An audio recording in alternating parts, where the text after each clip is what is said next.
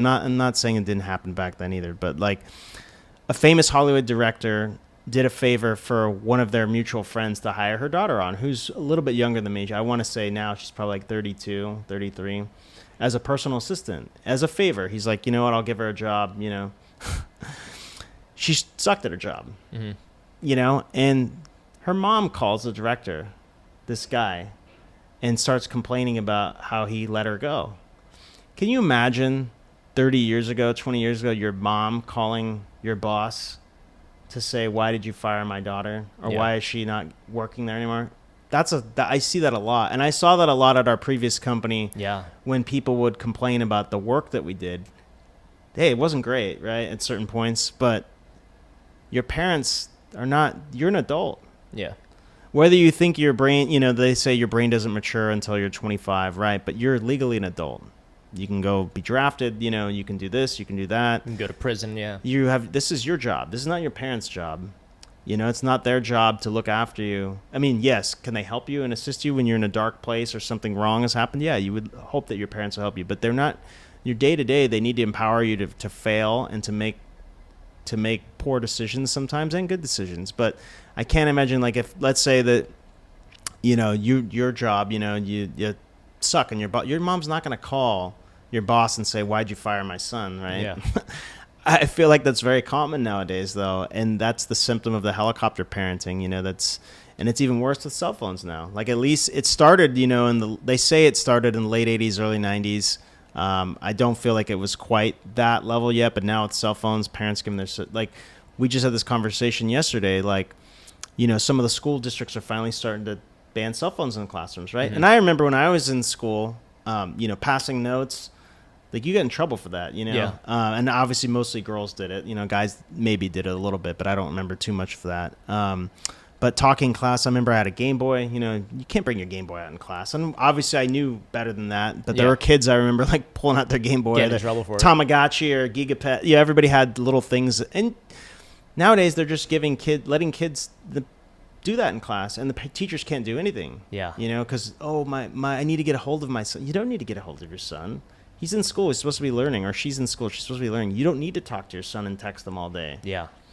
That's ridiculous. Not only that, you're creating this link until where they have to rely on you all the time for guidance, whether they do it subconsciously or consciously. And then you're also distracting them from what their task is. Yeah. To go to school and learn. Whether you agree with that education or not, they're still there to learn, right? The bird has to leave the nest. Yeah. It literally does. So I'm really glad that, like, you know, reflecting on that schools are finally trying to do something with that, because I've seen that with some of my friends who had kids that are like teenagers now, you know, and it's like we're a victim of our own mindset, you know, and sometimes you don't know what's best for you. Yeah. Right. I think we've all thought that when we're, especially when we're unruly teenagers, like, you don't know what you're talking about, Dad. Yeah. Actually, he does. And you may not realize that till you're like 25 to 30, but you look back like, oh, he was right. You know, that's why he didn't want me to do drugs. You know, he didn't want me to do these things, you know, because it can distract you from your mission at hand or what they think you should accomplish, you know? Yeah. And really a lot of the parents who do the helicopter parenting, they're prioritizing compassion, right? So they're basically saying, and here's the thing, it's like, we get it. You love your kid, right? And they're like, well, I love my kid. That's why I wrap him up in bubble wrap. And it's like, well, I get that, but the problem is you're setting him up for failure. He's going to turn into the man in his mom's fucking basement, right? Like, is that compassionate? In my view, no, right? No. Because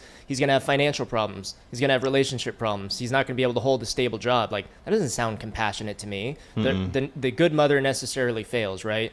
And I always reference this, but my second favorite psychologist, Dr. Jonathan Haidt, wrote a book called The Coddling of the American Mind. And basically, you know, he's a psychologist. So he's done all these studies and talks about how kids born after 95, so mainly Gen Z, and I'm Gen Z, I'm born 97. So kids born after 95, you know, we had this like kind of scare of like kids getting abducted and like, you know, which is a real thing, stranger danger. Like 24-hour news cycle.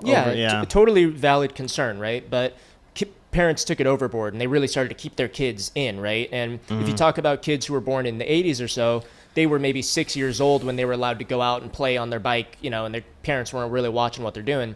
Kids born after 95, it's closer to the age of 11. There are negative consequences of keeping your kids indoors like that. So he talks about how, like, you know, the stranger danger, parents were keeping them in. And then in 2012 is where kids were now getting access to the internet and phones. At a young age, At a young age, in the undeveloped brain. But I could go on all day about some of the work he's done, but his more recent book, he talks about how, kids are on their phones too much. And he actually campaigns across the United States like, I'm a fucking psychologist.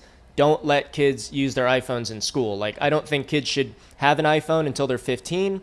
But either way, you shouldn't have this in class because you're not fucking learning anything. And they have tried it where some schools, they take it away. And guess what? The kids are actually talking to each other and having fun and all this stuff. And it's like, guys, like, we know that this is a bad thing. Like, let's just start making this more commonplace. And then you don't have to, and for everybody out there, you don't have to look farther than most of the tech billionaires don't even let their own kids play. I mean, you can read countless articles like, I would never give my kid an iPad or a laptop and things like that at that age.